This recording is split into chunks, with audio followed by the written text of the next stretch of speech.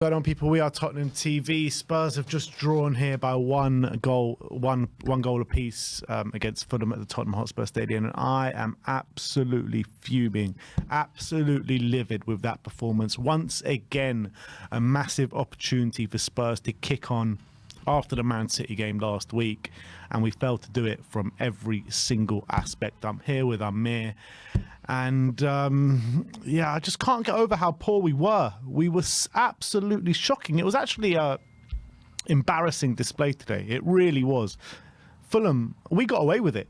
Just at 1-1, we got away with it. Fulham were destroying us time and time again. Down our right-hand side, their left-hand side. Porro was nowhere to be seen for the majority of times that we were defending. Too easy to bypass us. And when you're talking about building up from the back, when you're talking about trying to attack them, we had nothing. We were a blunt knife today. We were an absolute blunt knife, and we could not hurt them in any sort of aspect. Yeah, we created a couple of chances here and there, but when you're talking about clear-cut chances, actually penetrating passes and breaking them down, we were nowhere to be seen today. It was an absolutely shambolic display from Tottenham.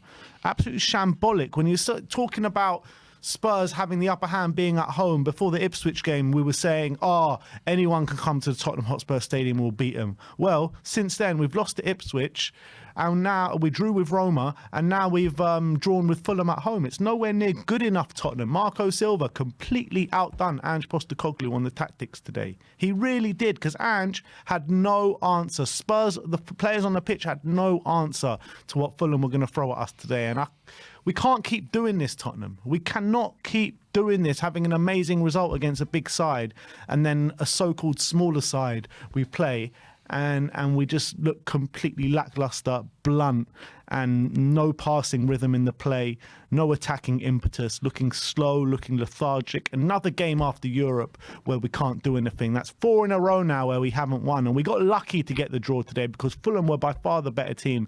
They should have won, and it was an absolutely shambolic display, and I've had enough. I've absolutely had enough of seeing these performances. It's too often now. It's way too often. You're looking at the teams around us. They're winning. Brighton, 6 games in a row, they've won. Manchester United, new manager. They tore Everton apart today. Chelsea, 3-0 today. And we have to sit here and watch a draw against Fulham. And look, don't get me wrong. Fulham played really well today. Marco Silva's a good manager. Fulham are a good team.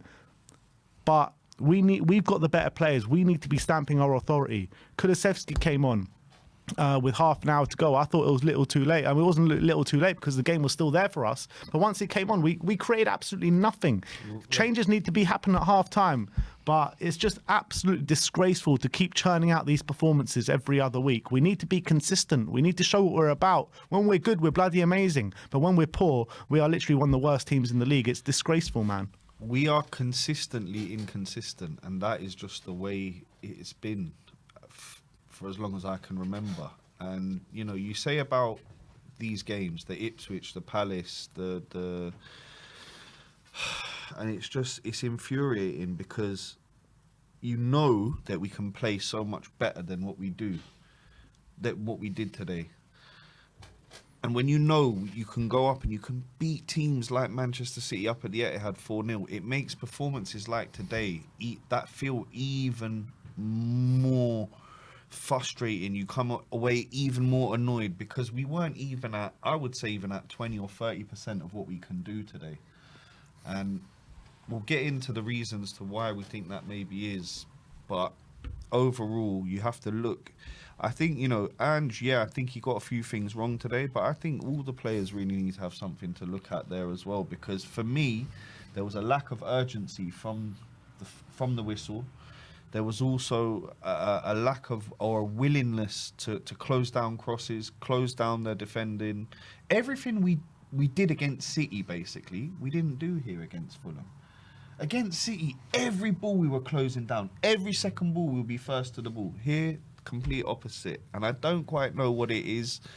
You said, 4 out of the last 4 when we played Thursdays, we don't get results? That's, the last 4 European games now. We've lost the last 3, and this one, the 4th, we drew. So I think that something needs to be looked at there. Ange needs to address that because there's an obvious pattern there emerging for me. And one of the things that I noticed from today is that, we did look a bit leggy. We didn't have enough energy.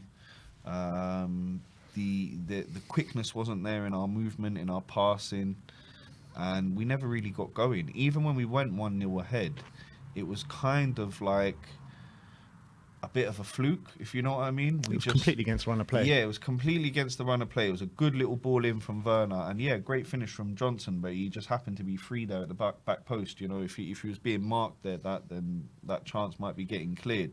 We did have a few other chances in that game, but they more came from Fulham being so sloppy, misplacing a pass and then letting us in. Overall, a really, really infuriating performance from Spurs.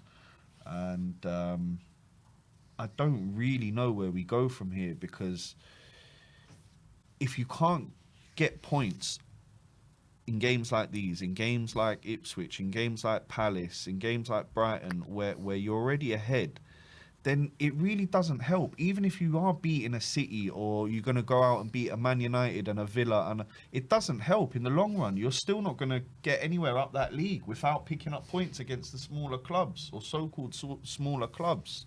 Yeah.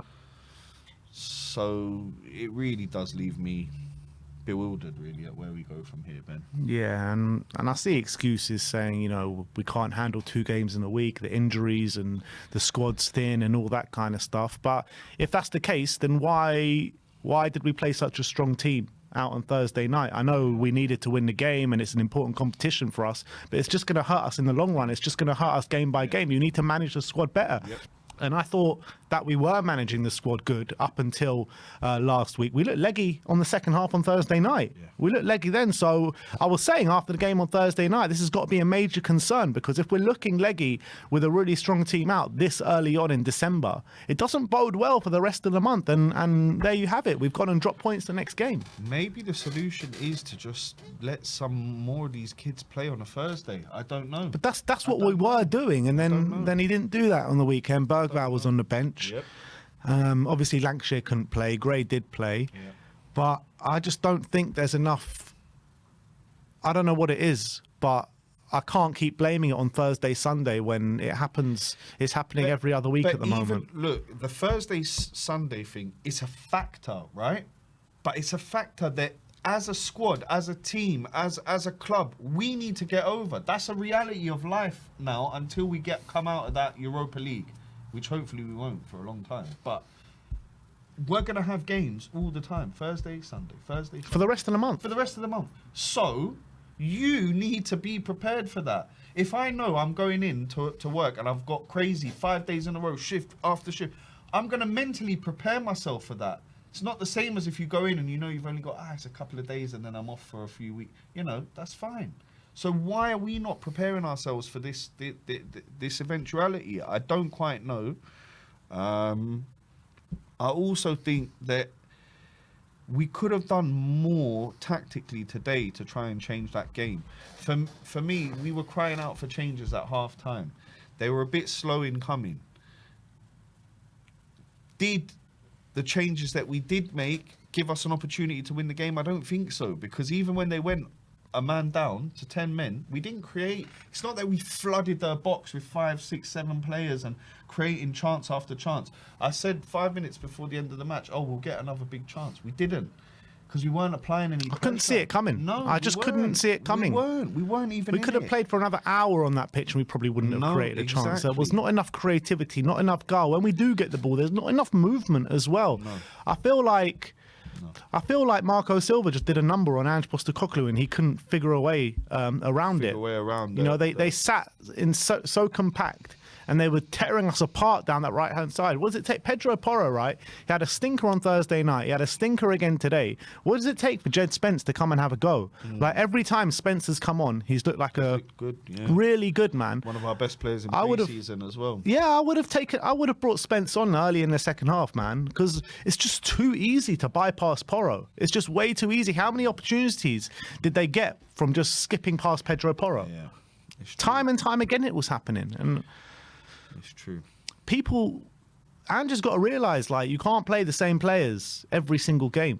Well, he realised it because he put Kulu on the bench, but he didn't put enough of them. We didn't have enough legs in that Ben Davies stood up to the challenge today. I thought Ben Davies probably our best player again today. How many times are we going to talk about Ben Davies being our best player? And where is everyone else? Yeah. I thought everyone was poor. Timo was probably our most creative outlet, and he went off. Maddison was pretty much nowhere to be seen today. Pape Sarr, I thought, put in a shift. Doggy was okay in spits and spurts, but Porro down that right-hand side, I thought, was tragic today. Brennan Johnson, apart from him being found at the back post, I thought he was pretty anonymous. Quiet, yeah. Sonny, unfortunately, didn't have his best game. I don't think it was the right game for him to be as a striker. I thought maybe Kulu probably should have started in the 9 slot with Sonny starting out on the left-hand side, but. So in that case, do you think Ange got this one wrong then? Do you think this one's on him more than the players? I think it's a whole heap of problems. I think the players have got to be standing up to the challenge better, because when you're getting the ball, you've got to see some movement. You've got to see some ingenuity. You've got to see something. I saw nothing out there today. Yeah. And the manager has also got to take the flak because he got completely out-tacticked by the opposite bench.